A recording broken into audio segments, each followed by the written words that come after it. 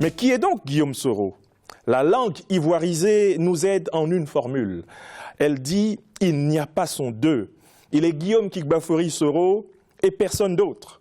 Né le 8 mai 1972 à Kofi-Plé dans la sous-préfecture ivoirienne de Diawala, c'est lui, le leader démocratiquement élu de la FESI de 1994 à 1998, le leader de la résistance militaro-politique ivoirienne contre l'idéologie discriminatoire de l'ivoirité. C'est lui encore, Guillaume Soro, qui s'engage conformément à l'accord de paix de Ouagadougou en mars 2007. Je suis Franklin Nyamsi, professeur agrégé docteur en philosophie dans l'Académie de Rouen. Cet ouvrage est le résultat de 6 années d'immersion au cœur des équipes et de l'action politique menée par Guillaume Soro.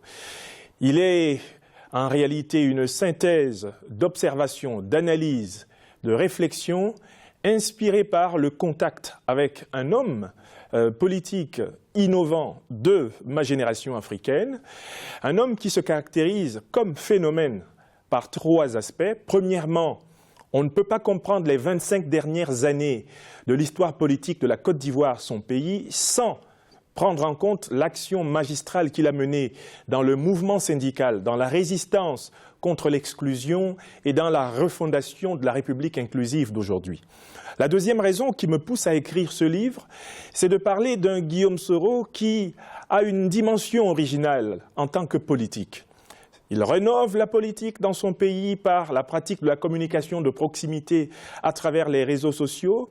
Il rénove la politique par l'implication d'équipes diversifiées du point de vue générationnel, du point de vue des compétences, du point de vue des origines, du point de vue des extractions socio-économiques.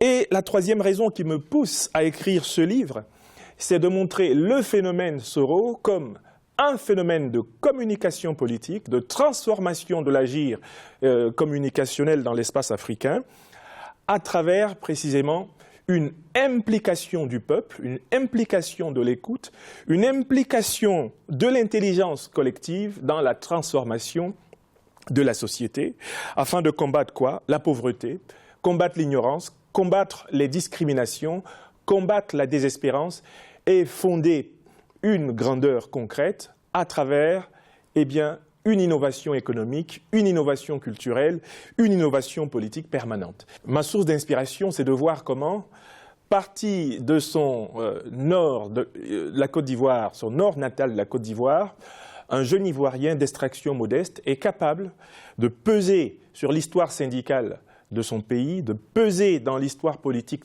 de son pays avec sa génération et d'être au cœur, en réalité, de l'instauration de la démocratie inclusive et de la première grande élection présidentielle de l'histoire de la Côte d'Ivoire. Il s'agissait de montrer que cet homme politique, aujourd'hui âgé bientôt de 46 ans plein, est un homme d'État avec lequel il faudra compter dans la Côte d'Ivoire qui vient. Le message que je voudrais transmettre, il s'adresse à 3 types de publics. D'abord aux Africains, ceux de ma génération, en leur demandant de suivre de près l'action politique, les idées, le parcours de Guillaume Soro en tant qu'il est emblématique de la relève générationnelle politique africaine de ce 21e siècle commençant. Je m'adresse ensuite au public des grands décideurs, des grandes puissances du monde et qui observent l'Afrique, continent central de l'humanité selon la formule du président Emmanuel Macron.